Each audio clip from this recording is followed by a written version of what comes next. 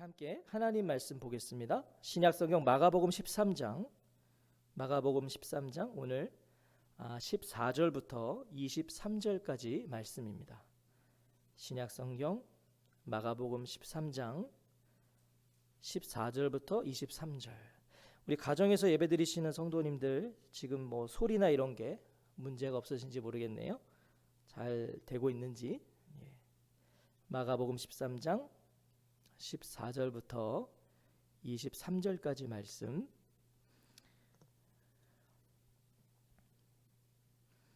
우리 한 절씩 교독하겠습니다. 제가 먼저 14절을 읽겠습니다. 마가복음 13장 14절을 읽겠습니다. 멸망에 가증한 것이 서지 못할 곳에 선 것을 보거든 그때에 유대에 있는 자들은 산으로 도망할지어다. 지붕 위에 있는 자는 내려가지도 말고 집에 있는 무엇을 가지러 들어가지도 말며 밭에 있는 자는 겉옷을 가지러 뒤로 돌이키지 말지어다. 그날에는 아이 벤 자들과 젖먹이는 자들에게 화가 있으리로다. 이 일이 겨울에 일어나지 않도록 기도하라. 이는 그날들이 환난의 날이 되겠습니다. 하나님께서 창조하신 시초부터 지금까지 이런 환난이 없었고 후에도 없으리라. 만일 주께서 그날들을 감하지 아니하셨더라면 모든 육체가 구원을 얻지 못할 것이거늘 자기가 택하신 자들을 위하여 그 날들을 감하셨느니라. 그때에 어느 사람이 너희에게 말하되 보라 그리스도가 여기 있다 보라 저기 있다 하여도 믿지 말라.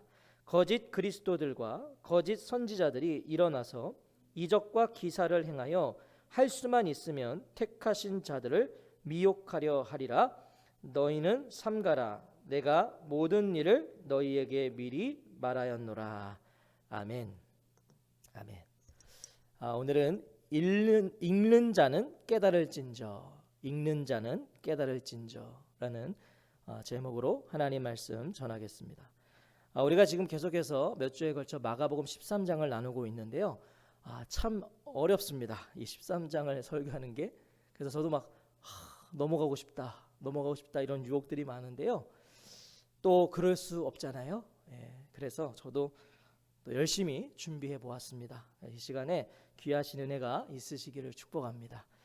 마가복음 13장은 예수님께서 이 예루살렘 성전에 대한 제자들의 이해를 바로 잡기 위해서 길게 말씀하신 강화입니다. 예루살렘 성전에 대한 제자들의 이해를 바로 잡으시려는 거예요. 제자들은 성전 부패를 두 눈으로 직접 보았습니다. 예수님이 성전 청결하셨잖아요. 그거 봤어요. 그리고 성전을 떠나시는 예수님 뒤를 따르고 있습니다. 그러면서도 여전히 예루살렘 성전의 위용을 자랑스럽게 여겼잖아요. 우리 기억하시죠? 예수님 보십시오. 이 돌들을 보십시오. 막 자랑했어요. 그런 제자들에게 예수님은요, 예루살렘 성전 파괴를 말씀하셨어요.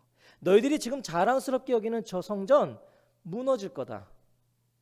철저하게 무너질 것을 예수님 예언하셨죠. 돌 위에 돌 하나도 남지 않을 거다. 다 무너질 거다 예언하셨습니다. 유대인들에게 예루살렘 성전, 이 성전 파괴는요, 곧 세상의 종말을 의미했어요. 그래서 제자들은 충격에 빠졌죠. 아니, 이 예루살렘 성전이 무너진다고요? 그럼 세상에 종말이 오는데요? 충격에 빠졌어요. 그래서 이 제자들은요, 그 시기와 징조를 예수님께 여쭙니다. 주님, 그러면 그게 언제입니까? 어떤 징조가 있을 겁니까? 이렇게 물어봤어요.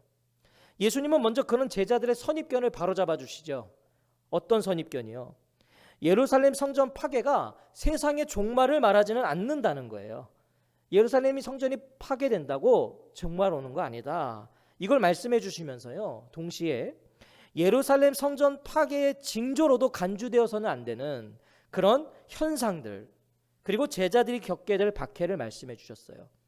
무슨 말이죠? 거짓 메시아가 나올 거고, 전쟁이 일어날 거고, 지진이 일어날 거고, 박해들이 일어날 건데, 그것이 예루살렘 성전 파괴의 징조로 해석돼서는 안 된다. 그런 일이 일어난다고 예루살렘 성전이 무너지는 때인가 보다 생각하지 말라고 하셨어요. 왜요? 지금 이 전쟁, 기근, 박해, 뭐 이 지진, 이 모든 일들은 예루살렘 성전 파괴 이전부터 있었고요. 예루살렘 성전 파괴 이후에도 지속될 일들이기 때문이에요. 오늘날도 일어나고 있는 것이니까. 그러니까 그것이 예루살렘 성전 파괴의 징조라고 보지 말아라. 너네 그렇게 해석하지 말아라. 그래서 지진이 일어난다고 호들갑 떨지 말아라. 이런 얘기를 하셨잖아요. 그리고 이어지는 것이 오늘 본문입니다. 드디어 예루살렘 성전 파괴가 임박했다는 것을 알려줄 예루살렘에 임할 환란을 가르쳐 주세요.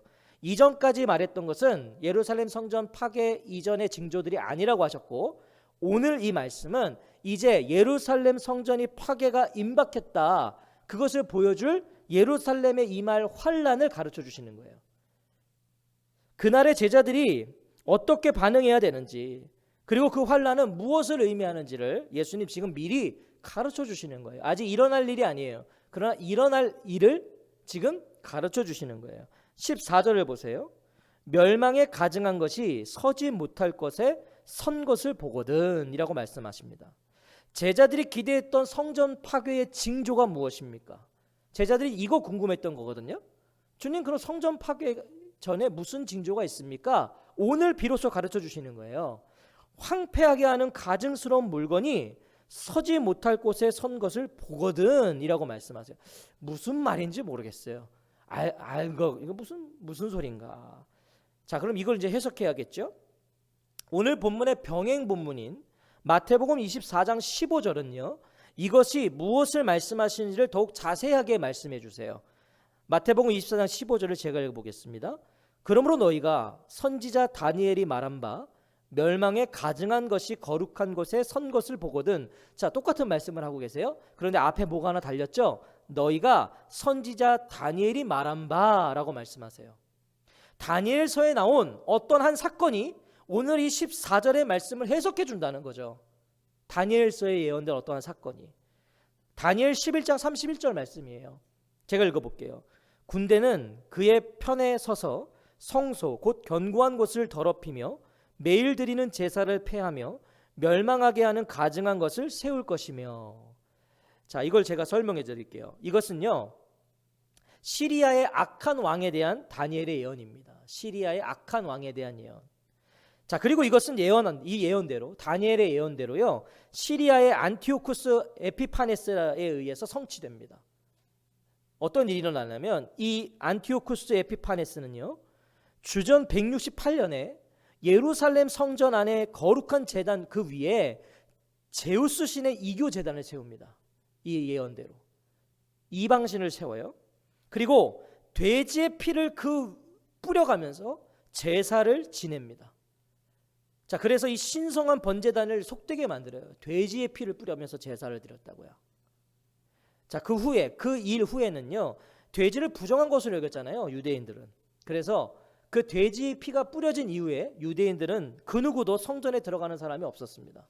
성전에 들어가지 않았어요. 부정하게 됐으니까. 돼지 피가 뿌려졌으니까. 또한 병행 본문, 오늘 본문의 또 다른 병행 본문인 누가복음 21장 20절은 이렇게 말씀해요. 너희가 예루살렘이 군대들에게 에워싸이는 것을 보거든 그 멸망이 가까운 줄을 알아라. 군대가 예루살렘을 에워싸는 걸 보거든 그 멸망이 가까운 줄 알아라. 이렇게 또 말씀하세요. 예루살렘이요, 군대들에 의해 공격을 받는 상황을 지금 암시하고 계신 거죠. 그러니까 종합해 보면, 마태복음과 누가복음을 종합해 보면 예루살렘 성전 파괴는 군대에 장악되는 것이고 이방인들에 의해서 우상이 세워지는 징조와 함께 이루어질 거란 말씀이에요. 그게 징조다라는 거예요. 그리고 실제로 주후 70년에 로마 군대에 의해서 예루살렘의 멸망이 일어납니다. 이 예언대로 멸망이 일어나요. 예수님은 말씀하세요. 이런 일을 너희가 보거든 그때에 유대에 있는 사람들은 산으로 도망해라.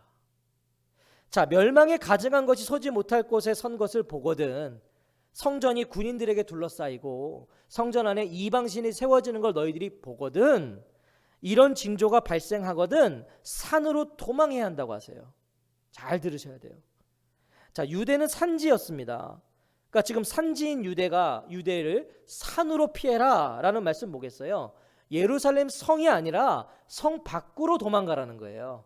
예루살렘 성 안에 있으면 안 된다는 거예요. 성 밖으로 피난해라. 예루살렘은 더 이상 피난처가 되지 못한다는 거죠. 예루살렘 성이 아무리 견고해도 너네 그 성 밖으로 도망가야 돼. 더 이상 예루살렘 성은 너희들이 말한 것처럼 견고한 성이 아니야. 피난처가 아니야. 예루살렘에 임할 환란이 어느 정도인지를 가르쳐 주시는 거예요. 성 안에 있으면 안 된다는 거죠. 예수님은 15절부터 18절을 통해서 제자들이 그 환란 때에 어떻게 반응해야 되는지를 더욱 자세하게 설명해 주세요. 자, 15절부터 18절을 보시면 지붕 위에 있는 자는 내려가지도 말고 집에 있는 무엇을 가지러 들어가지도 말며 밭에 있는 자는 겉옷을 가지러 뒤로 돌이키지 말지어다. 그날에는 아이벤 자들과 젖먹이는 자들에게 화가 있으리로다. 이 일이 겨울에 일어나지 않도록 기도해라. 자, 예루살렘에 임할 환란이 얼마나 급박한지를 가르쳐 주세요. 얼마나 급박한지. 당시 지붕 위에 있다는 것은요, 기도나 휴식을 취하고 있었다는 걸 의미해요. 지붕 위에서는 기도를 했고요, 휴식을 취했어요. 자, 그럼 뭐예요? 예루살렘의 환란이요, 이처럼 예상하지 못한 시점에 갑자기 닥치게 된다는 거예요. 그냥 평범한 일상이었어요. 옥상에 가서 기도하고 있었고 쉬고 있을 때 그때 환란이 임한다는 거죠. 평범한 날에, 예상하지 못한 시점에. 그만큼 급박한 상황이니까 조금도 지체하면 안 된다는 거예요. 지붕 위에 있던 사람은 물건을 가지러 집 안에 들어갈 생각하지 말고 곧바로 도망치라는 거예요. 집 안에 들어갈 그런 여유가 없다, 도망쳐라. 밭에 있던 자도요, 추위를 견딜 필수품이었던 그 겉옷 가지러 집에 가지 말라는 거예요. 그럴 여유가 없다는 거예요. 너무도 급박할 것이기 때문에 즉시 산으로 도망해야만 하는 상황이라는 거죠. 예루살렘 성전의 파괴의 징조는, 그런 일이 일어나면 너네는 곧바로 산으로 도망가라. 얼마나 긴급한 상황이기에. 그만큼 그날에는요, 아이벤 여자들과 젖먹이가 딸린 여자들은 불행하다고까지 하세요, 예수님이. 자, 왜 아이벤 여자들과 젖먹이를 가진 여자들이 불행한 거예요? 이 두 여인들은요, 이런 어려운 상황에 반드시 도망해야 될 자들의 대표예요. 임신했고요, 젖먹이가 있어요. 이 사람들이 반드시 도망가야죠. 대피해야 돼요. 아무리 전쟁을 해도요, 아이벤 자들과 젖먹이가 있는 자들은 보호 대상이었습니다. 전쟁 중에도요. 죽이지 않았단 말이에요, 이런 여인들은. 왜냐하면 전투 병력들이 아니기 때문에. 하지만 예루살렘 멸망의 때는요, 그런 보호조차도 없을 거라는 거예요. 이런 여인들이 보호받지도 못할 환란이 임한다는 거죠. 파괴되는 거예요. 참혹하고요, 극악무도한 멸망과 파괴가 암시되고 있는 거예요. 그러니까 뭐라고 또 말씀하세요? 이런 일이 겨울에 일어나지 않도록 기도하라고까지 하세요. 반드시 일어날 것인데 겨울을 피하기를 바란다는 거예요, 예수님이. 지중해성 기후인 팔레스타인 지역은요, 겨울이 되면 춥고 습해서 비가 많이 내렸다고 그래요. 자, 비가 많이 내리면 어떻게 되죠? 하천이 범람합니다. 피난하는데 어려움이 있어요. 건널 수가 없잖아요. 그만큼 먹을 것을 구하기도 힘들어지는 거고요. 혹 군대를 피해야 한들 그 추위에 얼어 죽을 수 있다는 거예요. 그 예수님이요, 반드시 이러한 일이 일어날 건데 겨울에 일어나지 않기를 너희들은 기도해라. 정말 생각만 해도 끔찍한 말씀이에요. 오늘 말씀은 끔찍해요. 예수님도 그걸 인정하세요. 19절 보세요. 이는 그 날들이 환란의 날이 되겠습니다. 하나님께서 창조하신 시초부터 지금까지 이런 환란이 없었고 후에도 없으리라. 자, 얼마나 끔찍한 일인지. 창조하신 일에 지금까지도 없었고 이후로도 없을 거래요, 이런 환란은. 예루살렘 환란의 고통을 강조하시는 거예요. 사실 창조하신 일에 이거보다 더한 게 있었죠. 홍수는 노아의 방주 안에 있는 외에는 다 쓰러졌잖아요. 그러니까 오늘 이 예루살렘에 임할 환란보다는 그게 더 큰 환란이에요. 그런데 예수님이 이렇게 얘기하신 이유는 이 예루살렘 환란의 고통이 어느 정도인지를 강조하시는 거예요. 역사적 기록을 보면요, 당시 너무 많은 유대인들이 십자가에 못 박혔대요. 그래서 이 십자가를 만들기 위해서 언덕들의 나무들이 다 베어져 가지고 벌거숭이가 될 정도였다고 합니다. 이 십자가에 다 못 박아야 되는데, 그리고 다 죽여야 되는데 나무가 모자라서 산이 다 벌거숭이가 됐다는 거예요. 그 정도로 참혹했다는 거죠. 실제로 주 70년 예루살렘 멸망은요, 이스라엘 사람들에게는 터전과 자존심을 잃어버린 수치였어요. 다 빼앗겼어요. 그리고 1948년에 나라를 다시 세울 때까지 이 이스라엘은요, 오랜 세월을 나라가 없는 민족으로 살게 만든 오늘 큰 환란이 지금 예언되는 거예요. 그러니까 이스라엘에게는 이전에도 없었고 이후에도 없는 가장 큰 환란인 거죠. 이스라엘에게는. 하지만 이 가장 큰 환란 중에도 예수님 소망을 말씀하세요. 20절을 보십시오. 만일 주께서 그 날들을 감하지 아니하셨더라면 모든 육체가 구원을 얻지 못할 것이거늘 자기가 택하신 자들을 위하여 그 날들을 감하셨느니라. 자, 이 엄청난 환란 속에도 택하신 자들을 향한 하나님의 자비가 준비되어 있다는 걸 가르쳐 주세요. 이 엄청난 환란인데 하나님의 자비가 있대요. 하나님께서 선택하신 사람들을 위해서 그 환란의 날들을 줄여 주셨다는 거예요. 하나님이 줄여 주셔서 이 정도다. 줄여주지 않으시면요, 살아남을 자가 하나도 없는 환란이었다는 거예요.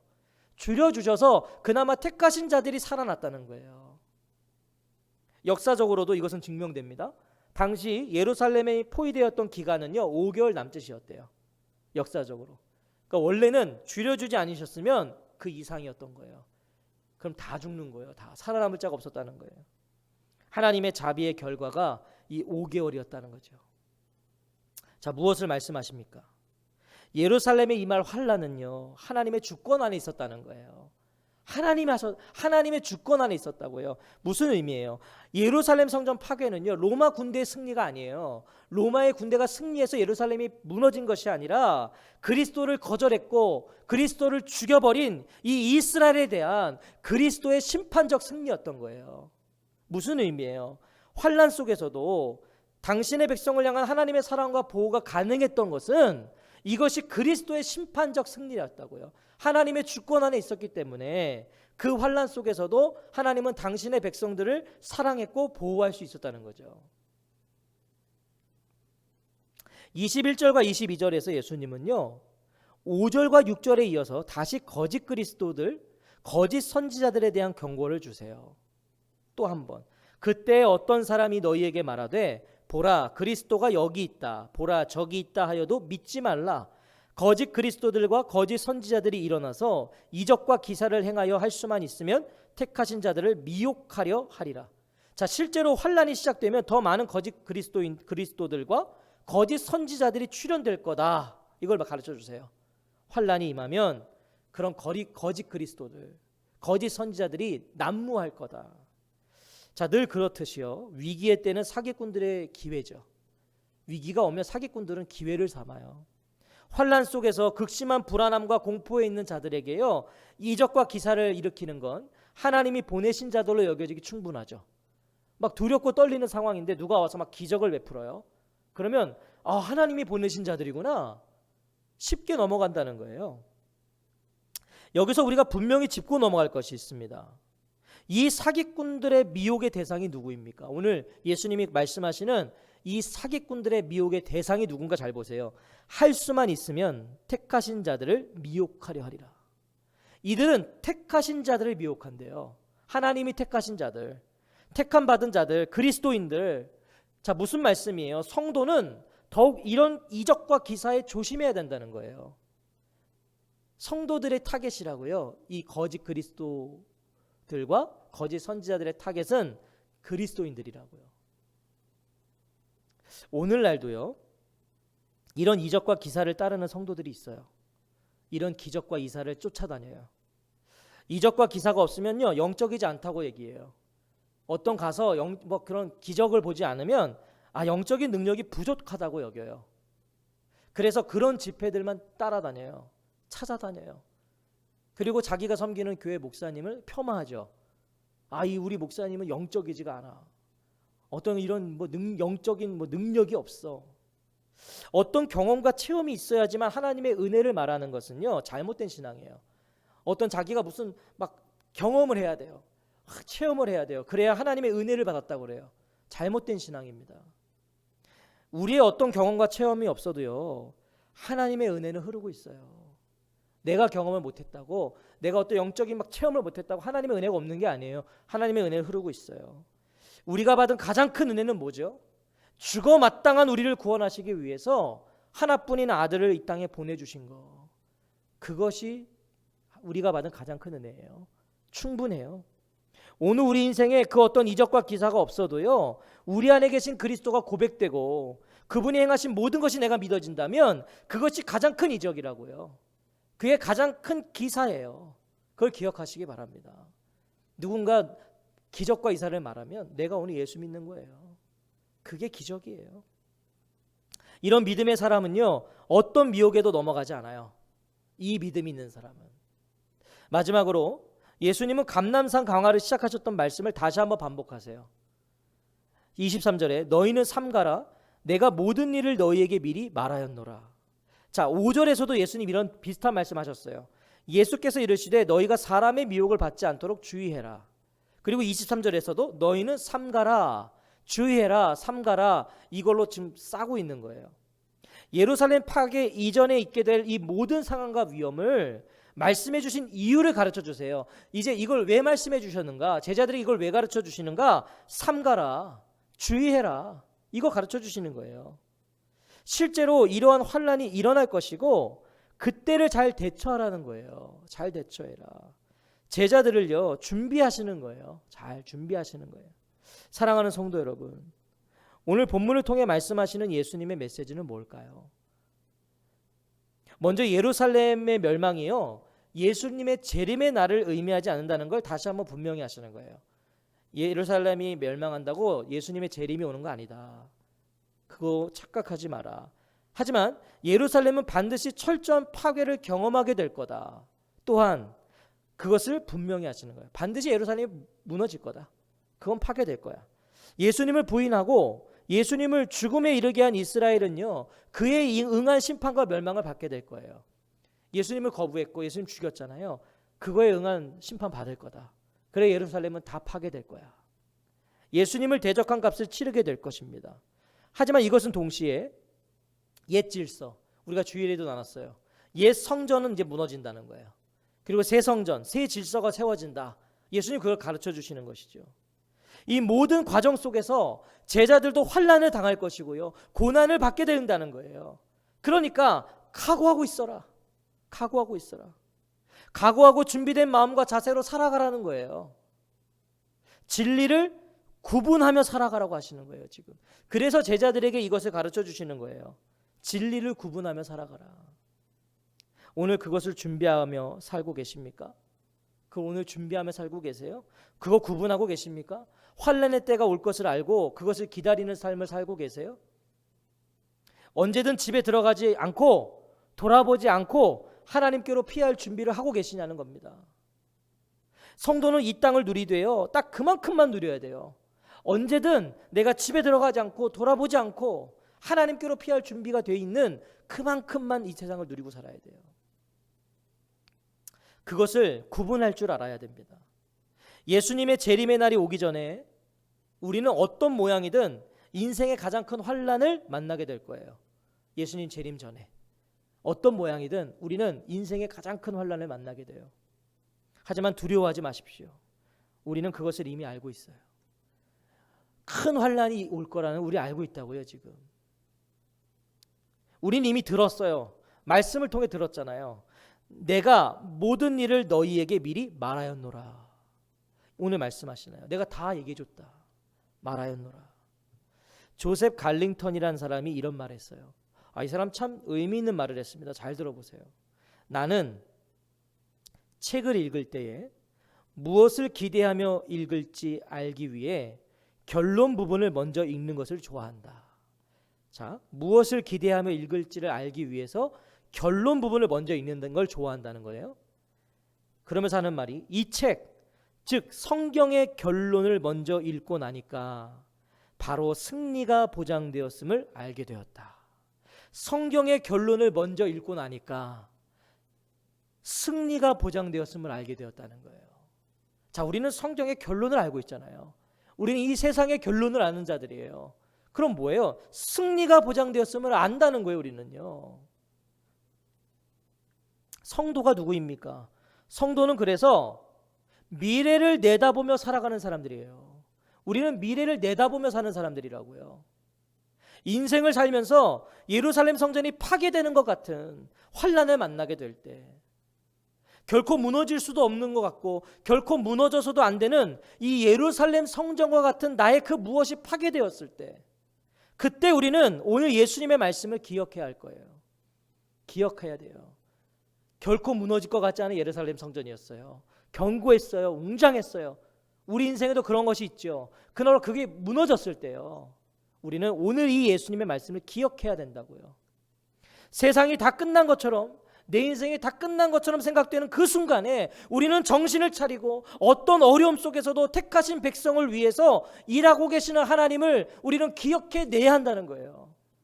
다 무너졌다고 여길 때도 아니야, 이 순간에도 하나님은 일하고 계셔. 택하신 백성을 구원하시는 하나님이야. 이걸 기억해내야 된다고요. 오늘 예수님은 우리에게 그걸 바라시는 거예요. 오늘 뭐라고 말씀하세요? 읽는 자는 깨달을진저. 읽는 자는 깨달을진저. 읽은 사람은 깨달아라. 예수님 이 얘기하시는 거예요.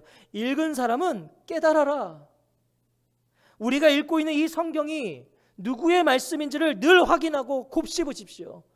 성경을 내가 읽고 있고 필사하고 듣고 있다면 이게 누구의 말씀인지를 기억하시라고요. 곱씹으세요. 주님의 말씀, 하나님의 말씀이다. 두렵고 떨릴 때마다 사람의 말에 힘과 위로를 얻지 마세요. 사람들 찾아다니지 마세요. 정말 바닥을 쳤을 때 사람들의 말로 위로와 힘을 얻지 마시고 모든 인생의 결론이 기록된 성경 말씀에서 안정을 찾으십시오. 이 결론이 다 기록되어 있는 말씀에서. 그리고 날마다 깨달은 자답게 예상하지 못한 내일을 맞이하세요. 깨달은 자답게 예상하지 못한 내일을 맞이하시고 주어진 오늘을 깨달은 만큼 살아가는 저와 성도님들 되시길 주의 이름으로 축복합니다. 중요합니다. 읽은 자는 깨달을진저. 주님 깨달으래요. 뭘 깨달아요? 마지막 승리가 있다는 거. 그거 깨달았으면요, 그 깨달은 자답게 내가 예상할 수 없는, 계획할 수 없는 내일을 맞이하시라고요. 날마다 어떤 일이 있어도 하나님은 택하신 자들을 위해 일하고 계신다. 마지막은 승리다. 영원한 승리가 우리에게 있다. 그럼 깨달은 만큼요, 오늘을 살아가세요. 내가 깨달은 만큼. 오늘 주님이 그거 가르쳐 주시는 거예요. 읽는 자는 깨달을진저. 우리 삶이 되는 가족들 모두, 예배드리시는 우리 모든 성도님들 모두 읽는 자는 깨달을진저. 주님이 깨달으라고 하시는 그 진리를, 그 영원한 생명의 복음을 늘 깨달으시고 깨달은 만큼 사세요. 그때 우리는요, 영원한 승리의 주인공이 될 것입니다. 우리 모두가 그 진리의 걸음을 걷기를 주의 이름으로 축복합니다. 아멘. 우리 같이